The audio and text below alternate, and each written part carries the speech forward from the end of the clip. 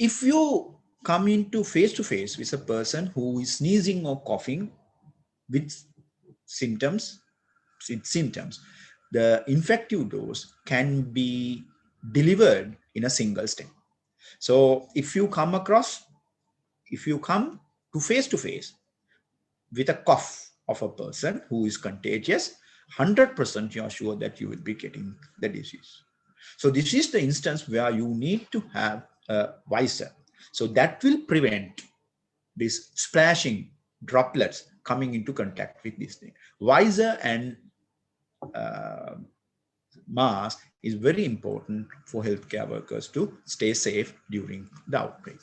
Breathing and soft speech will deliver the infective dose slowly over time, and it requires exposure over long time duration. So if an asymptomatic or a post-symptomatic or mildly symptomatic individual comes in contact with you, the chances of getting the disease will be less. So if you're wearing a mask, if the contagious person is also wearing the mask, you need much prolonged exposure to get the disease.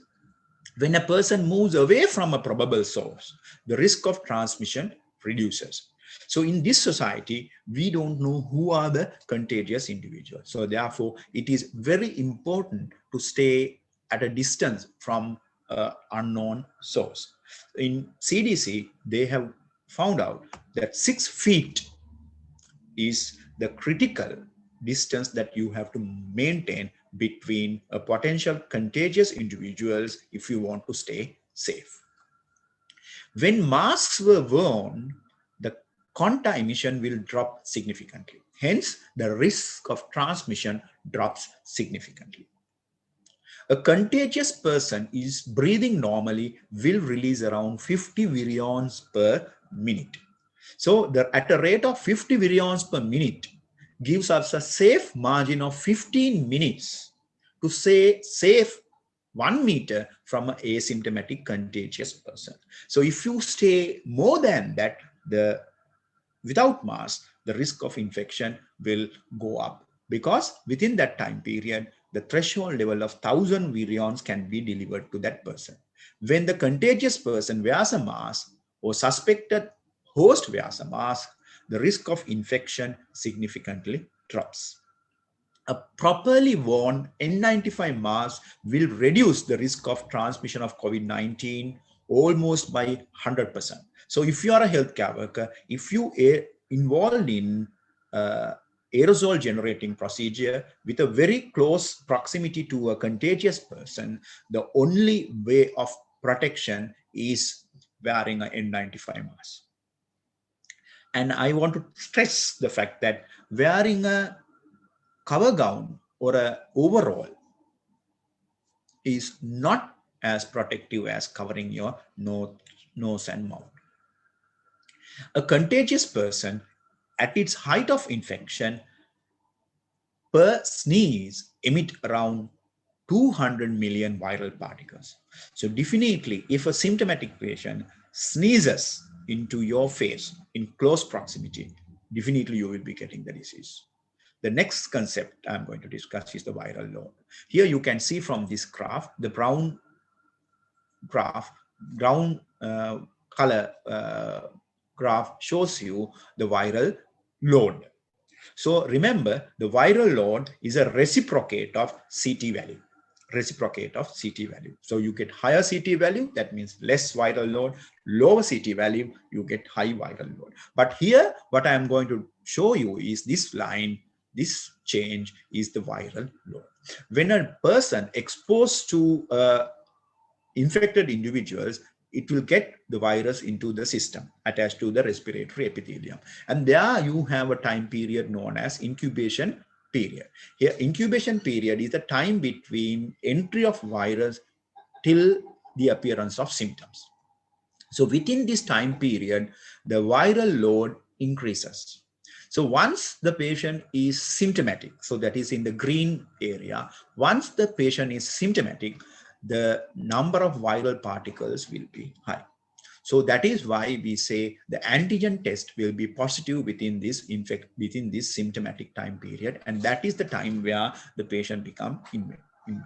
So when in and around appearance of symptoms, you get highest viral load. So that is the time where the chances of spreading the virus is highest. So that is why we promote people to stay home if you are symptomatic. The highest viral loads were noted in and around the onset of symptoms. The virus load gradually wanes off with passing time. An infected person said to be infectious. So this is very important when you are assessing the risk. An infectious person said to be infectious 2 days prior to onset of symptoms till 5 days after onset of symptoms. So generally the time period goes around 7 days, 2 days prior and 5 days after this thing. So if you can avoid this time period, it's a very difficult task, but gradually, if you can avoid this time period of 7 to 8 days, the chances of getting the infection will be less. So any exposures, you have to make sure that the exposee remain isolated in this time period and you won't be getting the disease. Here you can see the disease is more spreading in first few days, that is symptoms, appearing of symptoms, and this is the time period up to first 7 days. So this is the very critical area in when we are trying to control the disease, especially in and around the time period of appearing symptoms. Any condition leading to fast respiratory rate increase the risk of emission. Cough, sneezing, and shouting will emit highest viral loads. Inhalation of higher viral loads are associated with severe illness. So this is very important concept. So if both parties, the contagious individual and the susceptible individual, wears mask, the chances of getting a severe sequelae will be less. So in Italy, they got 10 death out of the death, 10% of the deaths were healthcare workers. Basically, the reason for that is the healthcare workers, they didn't use PPE. The Ministry of Health advised them not to use mask when they are coming into contact with the patients. So the healthcare workers were exposed to the droplets and they got severe manifestations, and many as 10% of healthcare workers out of the total deaths were healthcare workers. So that is the reason for having this thing. Low viral loads are associated with lessen the COVID-19 severity. So the low viral load. So if you are get exposed to low viral loads, so definitely we know that the chances of infection, the severity of infection will be less with low viral load. The other concept that I'm going to talk is the attack rate. So you have to be very cautious when we are talking about the attack rate. Attack rate in the sense the number of secondary cases you get after an exposure, after a positive patient's exposure. It's known as secondary attack rate. So you get an initial positive patient, how many individuals get affected by COVID following an exposure to a positive individual. So in USA, when the USA outbreak, when they are concerning about the USA outbreak, they have found that Indo exposure will have 15% secondary attack rate, a 15% of secondary attack rate. In contrast to Indo, the outdoor exposures will give you something like 0.5%. So that means if the exposure takes place in outdoors, the chances of infection will be less by factor 30. 30%, 30 times less secondary attack rates in outdoors. If you remember the Ariale incidents, or Royal Thomson incidents. We know positive person has exposed to many hundreds of these things, but they didn't produce any secondary attack cases. The reason is the dilution of droplets produced because of the fact that the exposure had taken place in outdoor. Most infected with COVID-19 are either family members, so they have given family clusters, or workplace clusters. So the COVID is very, very characteristic because number of individuals infected were either from within families or within institutions. So that makes it very, very easy for us to control the outbreak if you follow the common or the successful steps. Wearing mask and distancing will have protective influence by reducing the inhaling, the reduced viral loads. But when the time of contact increases, even mask and distancing would not be sufficient to prevent spread of COVID. Factors increasing the transmission of rate of COVID. Time spent with a positive case. We can all understand if there's more time, there will be more contact production. So therefore, the chances of infection will be high. So if you spend higher amount of time with a positive case, so that is why you get household contacts or institutional contacts. A person coming with disease stays time in the institution, you get more time with them and the chances of infection will be high. So you can see from this demonstration the number of infectious particles produced in the closed room. You can see with the time the number of infectious particles will be high, so that the chances of infection, if you stay longer, if the area is closed away from ventilation, the chances will be high. Then the proximity is how closeness. What is if you stay very close to a contagious person? So if in a household, it is the couples, the husband and wife, or the children, because they stay very close as a unit. So therefore, the chances of getting the infection will be higher if you stay very close to a contagious person. So that is why we recommend staying at a distance. Then the volume in the sense, the volume in the space that you have the exposure. If the volume is less, the chances of infection will be high. So if the contagious person meets in a small room and stays longer time, the chances of infection high. So that is why we say open up, open the glasses, open the windows, open the doors, so that the volume will be increased. So when the volume is increased, the chances of infection will be less. Then the number of infectious cases. So this is very important. So if you have more individuals with infection, the risk of spread will be high. So if you take Brandix cluster or the cluster associated with Paleogoda fish market, we had seen many individuals infected within a small time frame, with a short time gap. This has resulted explosive outbreak within very short time, because the number of infectious cases were high. So the other factor which promote spread is repetition. So if you meet the same contagious person over and over again, so the chances of infection will be high. So that is again, that stresses the home clusters and institutional clusters. If these 5 factors operated in a closed environment such as air-conditioned small room, the infection risk will be high. So what factors reduces the risk? First thing, avoidance of above. So what are the factors that we have to avoid? Time we spend, the proximity we spend, the volume, the number, and the repetition. So if you can avoid selectively these factors, the risk of transmission of COVID will be less.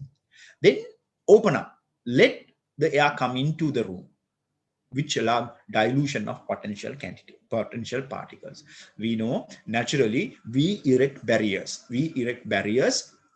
To separate out patients and your customers and the clients forgetting that we are effectively reducing the volume that we have. So if any one of us having the disease and become contagious, the risk of increasing the risk of spreading disease will be high when you have the barriers. Then the filtration. So this is a special situation where you get filtered air into enclosure. If it can be undertaken, it will reduce the risk. But the filtered air is not present in many places, but it is present in certain operation theaters where the risk of infection will be high. The best thing that we can do is wear mask. When you effectively wear mask, the chances of spreading viruses from a contagious individual and also chances of getting virus inhaled into your system will be reduced. Both the positive person will be protected and also negative person will be protected. So it is estimated that in America, if you use mask continuously 24/7, you could have prevented 130,000 deaths within next month if everyone wear mask. So it is very important. So if you wear mask for 24/7 for 28 days in Sri Lanka, we can drop the rate of increase of this current outbreak more than the vaccination. The distancing, as I said earlier, it again reduces the risk. Airflow and ventilation. So this is another thing. So if you allow air to come in and droplets to dilute the droplets, the chances of infection will be. And the most important is reduction in numbers and gatherings and congregates. So when you have more congregates, more gatherings, the chances of infection will be high. So initially, during the Italian outbreak, there had been a football match, which helped the outbreak to spread explosively throughout the country. So reduce the number of gatherings, reduce the congregates, reduce the numbers, you can reduce the transmission rate. Prevention of COVID-19 in healthcare setting. Healthcare setting is a very important setting. It is considered a critical service. So even with the midst or height of outbreak, you can't stop work in the hospitals. So therefore, critical infrastructure and critical services, even if you get few cases, you can't stop, you can close down these things. So it's a very important concept that we have to this. When one healthcare worker gets the disease, in no time, it will spread along other colleagues because they spend more time together. Here you can see from this graph, if one person with the disease comes into contact with other colleagues, you can get an outbreak, a local hospital outbreak of COVID-19 within very short time. Because in the hospital, we stay more time close together. Why? And why we get outbreaks in the hospital is the fact that because we are always assuming that the disease is brought by the patients. So we take all precautions to avoid transmission from patient to healthcare workers. So up to date, so this is 1 week back, in National Hospital Kandy, where I work, there had been 84 healthcare workers diagnosed with COVID-19. Only two of them, only out of the 84, only two of them linked to patient exposures. All other exposures were due to exposing to ill healthcare workers. So that data shows us clearly when you have this sort of thing, the chances of spreading among healthcare workers will be high. So therefore, to exposure to healthcare do not. So it is very essential to have a uniform and scientific risk assessment to prevent unnecessary disruption of health services. Therefore, all efforts has to be made on the base home quarantine, strictly scientific basis. Right. So with the background of knowledge that I have given the different concepts. So we will be moving to exposure risk assessment. So this is the highlight of my presentation, exposure risk assessment. Exposure risk assessment need to be carried out in two situations. One, risk assessment when a group of healthcare workers exposed to a positive patient. So the positive patient, exposure positive patient. We all know that disease can be transmitted from COVID positive patient to a healthcare worker. So when a situation like that happens, we can get the disease. For that, risk assessment can be done. Then the second exposure is when a group of healthcare workers exposed to a positive healthcare worker, a positive COVID positive healthcare worker giving disease to other healthcare workers. So when we are having exposure risk assessment, we have to consider those two aspects.